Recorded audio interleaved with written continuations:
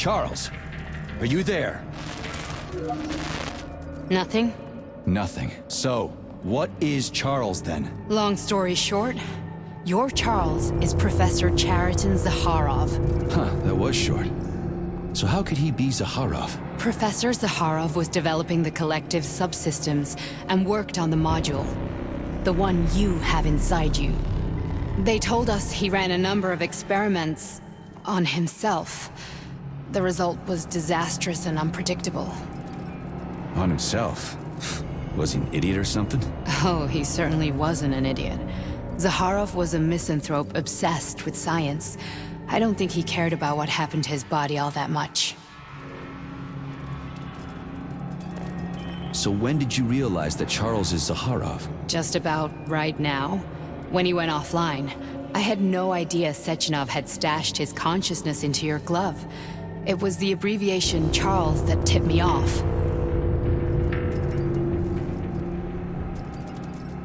So Charles isn't a person anymore. Just a device. I don't know, I guess he is. Except this device is based on the logical paradigm and experience of one of the brightest Soviet geniuses. So why does Sechenov want him? Because Sechenov never dismisses what he can use. It's easier for him to change everything to fit his needs. I guess you noticed this already. What's funny is that you seem to have made friends with your glove. Well, we've been through a lot. I've got feelings, you know, being alive and all. So does he. Did. How can you talk about this so calmly? To me, Chariton Radionovich died a long time ago. I'm done mourning him. And besides, I'm a scientist. We're more impassionate towards death than to muddling one's brains. So, how do we get in? Only a small bunch of people have permanent access to the archive. Sechenov, Lebedev, the director of the Academy, and Zakharov. Like you reminded me. Fluffy, huh? So what would we have done if the password hadn't worked? I'm sure you would have smashed the door with your bare fists. But now Archivist thinks I am Dr. Zakharov, so we got lucky. And now we can learn everything about you. Let's go.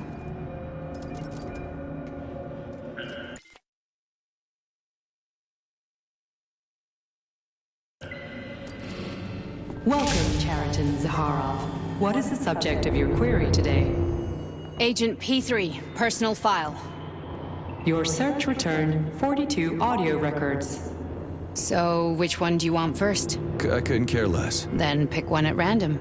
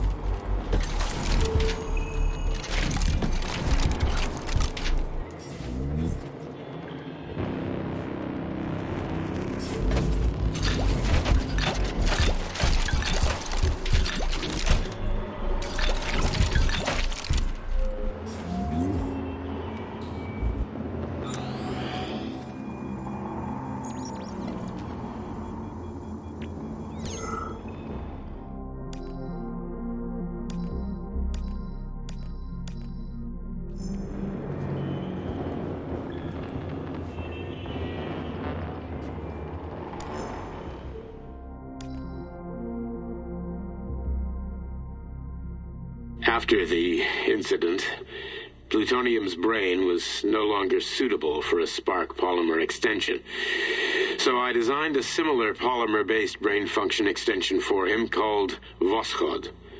Chariton, may he rest in peace, would be pleased to hear that his designs had not been wasted.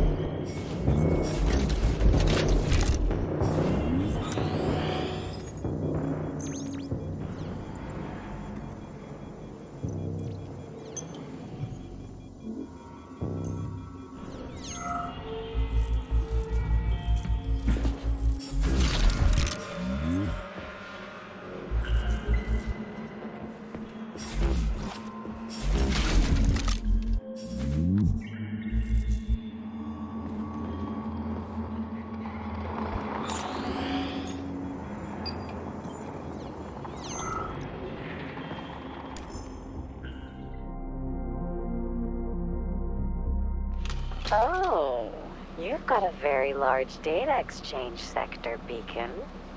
I'd like to interface with it right now. When I analyze the dimensions of your chassis, I experience an overload in my neurocomposite architecture, Betsy.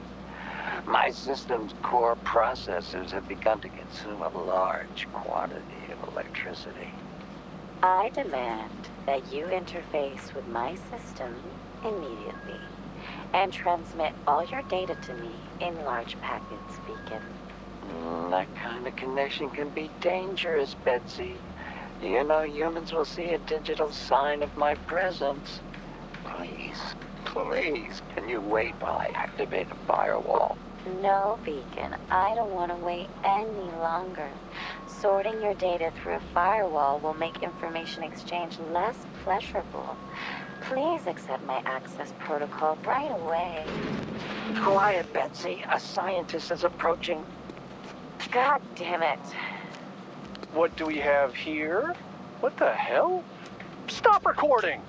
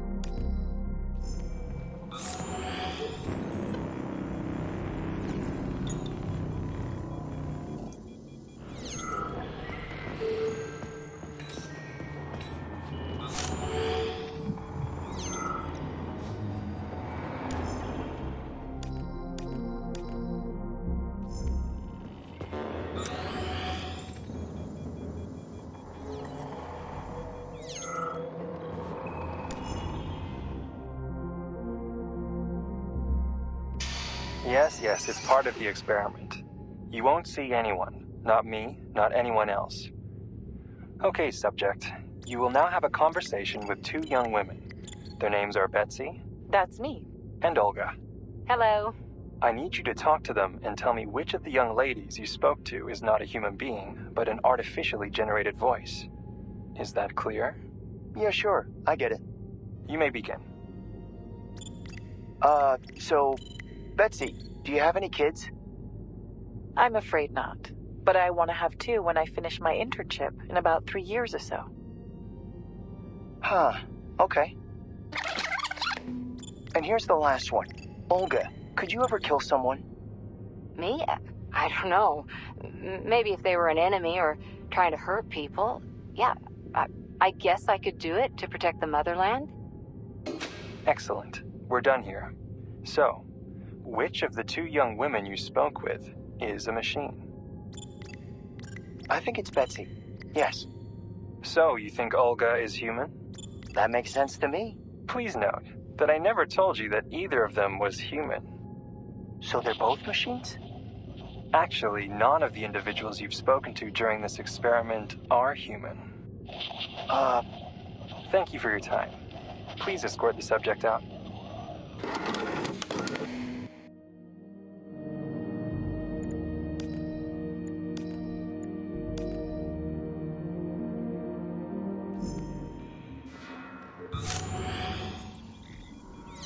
I only need one for now.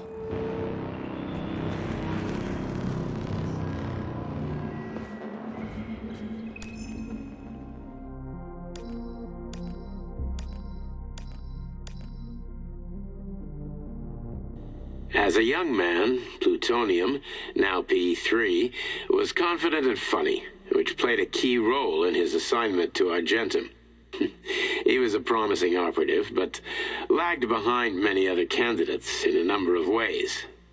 However, the positive influence and infectious good humor he imparted to his fellow servicemen, especially in comparison to the more morose Commander Kuznetsov, served as a compelling reason to recruit him. Because of this, the emergence of a more intimate relationship between him and Agent Blesna was only a matter of time.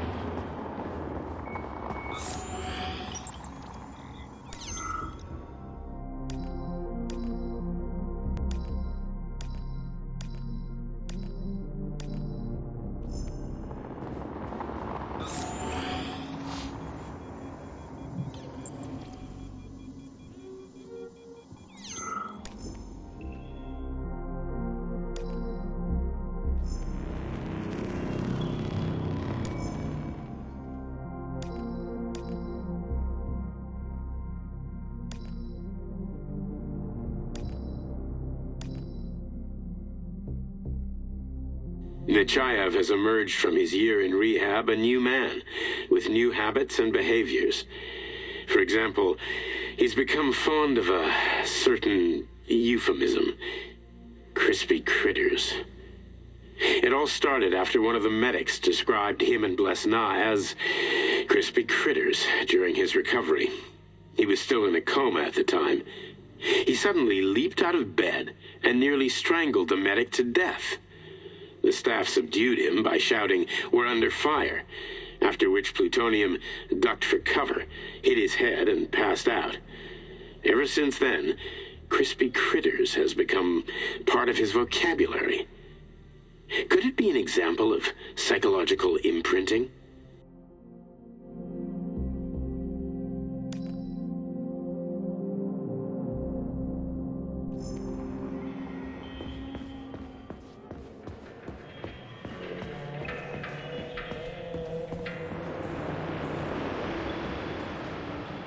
Try this one.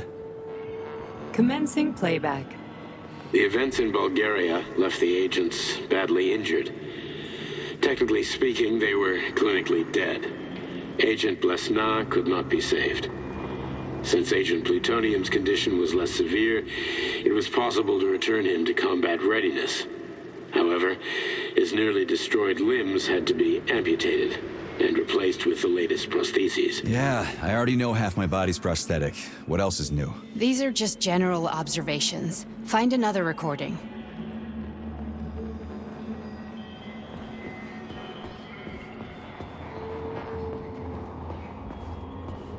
Here's another one.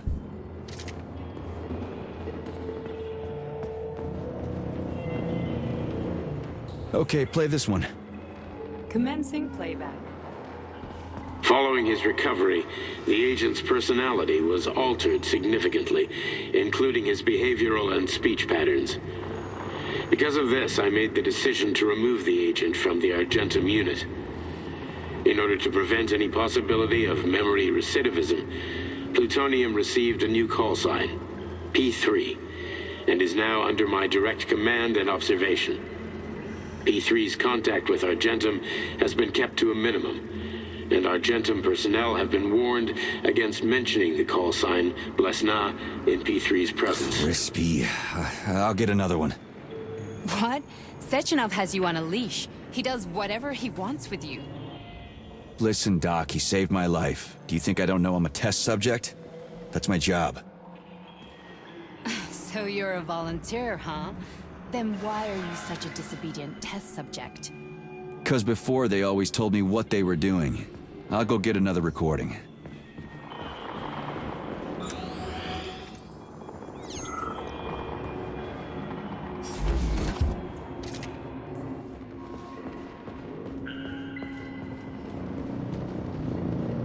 Let's give this one a spin. Procedure. Implant the Voskhod neuropolymer brain function extension. Objective. Total elimination of destructive impulses triggered by traumatic memories. Patient, Major Sergei Nechayev. Codename, Plutonium. Attempt number 3. The first 2 operations were unsuccessful. The patient suffered a severe brain injury in Bulgaria, which could not be repaired. The damage is of such severity that the patient will likely have to be euthanized. Did you hear that? He wanted to kill you. The frontal lobes are partially destroyed, causing the patient to experience bouts of uncontrollable rage. The patient's steel prostheses render him dangerous to those around him. And that's about your seizures. Due to the incidence of temporary insanity, the patient is immersed in a surreal psychedelic reality that prevents him from accepting the consequences of his aggressive behavior. I don't get it. Can you translate for me? You're not gonna like it. The patient experiences intense hallucinations. Did you see your wife again, my boy? How did you know that? Yet a Voskhod implant will give the patient artificial memories and allow him to overcome his obsession with his deceased wife. Your wife. It's all bullshit. I've never been married. With Voskhod, we can send the agent's consciousness into the imaginary world of Limbo via a pulse aimed directly at his pituitary gland, switching the Major into combat mode on command. I'd like to add that I am strongly opposed. What a load of crap. I mean, there's no fucking way. I'm afraid there is. Sechenov can send your mind to your own private paradise with the push of a button. And my body? Your body will kill whoever he tells it to. Fucking horseshit. What about the hallucinations? Are they also Sechenov? No. The hallucinations are just your brain's defense mechanism. Why the hell should I believe any of this?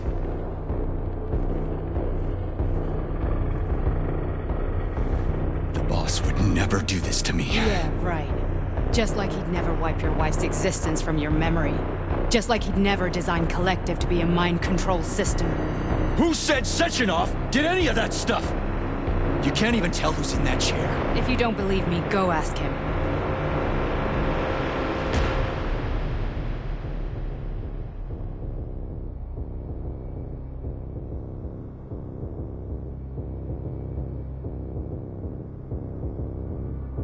What's the plan, Major? He's waiting for us at Jelomé. If we want to stop Sechenov, we'll have to string him along. So you bring me there as your captive, and then what?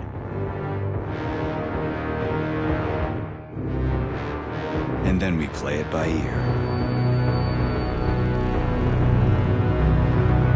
So that's how it is, Major. Think it over while I try to hack this elevator and get us back to the surface. Uh-huh. Paying attention now, dickbag? Major, I have no data about this incident. Trying to make a monkey out of me, are you? Well, join the club. Don't have any data, huh? You've always known about all this. There's a reason you're called Charless, right?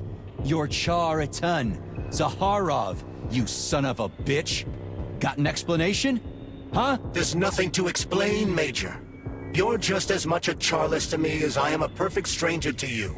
First, Sechenov murdered me. Then he turned me into a blob of polymer goo. Then he brainwashed you and manipulated you. How could I trust either of you? That's why I pretended to be the chatting artificial librarian. I wanted to see who was who. Yeah, well, I guess I would have done the same. So what are we gonna do now, huh? What else can we do, Sergei? You and I are friends now, and we know the truth. We need to get to Sechenov, rectify this injustice, and get revenge for what he's done to us. I guess you're right, Chariton. Justice does need to be done. You're a good man, Comrade Major.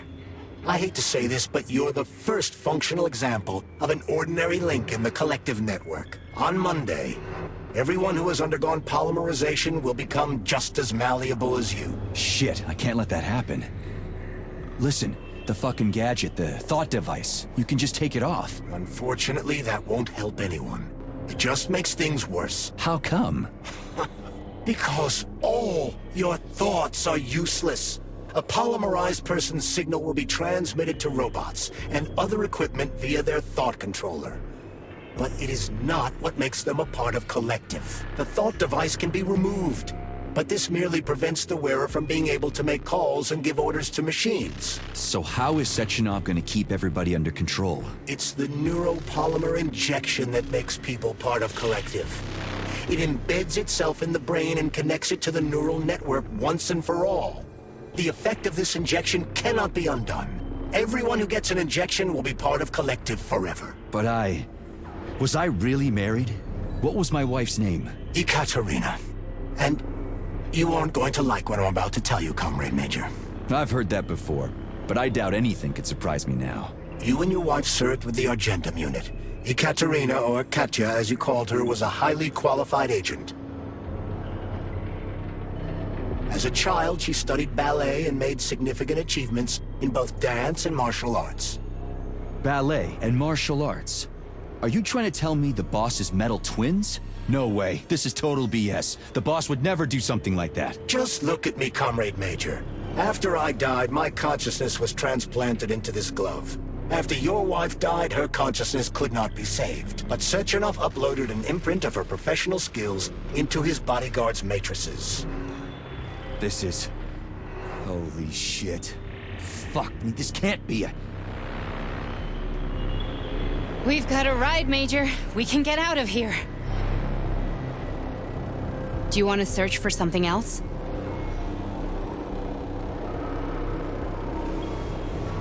Okay, let's go.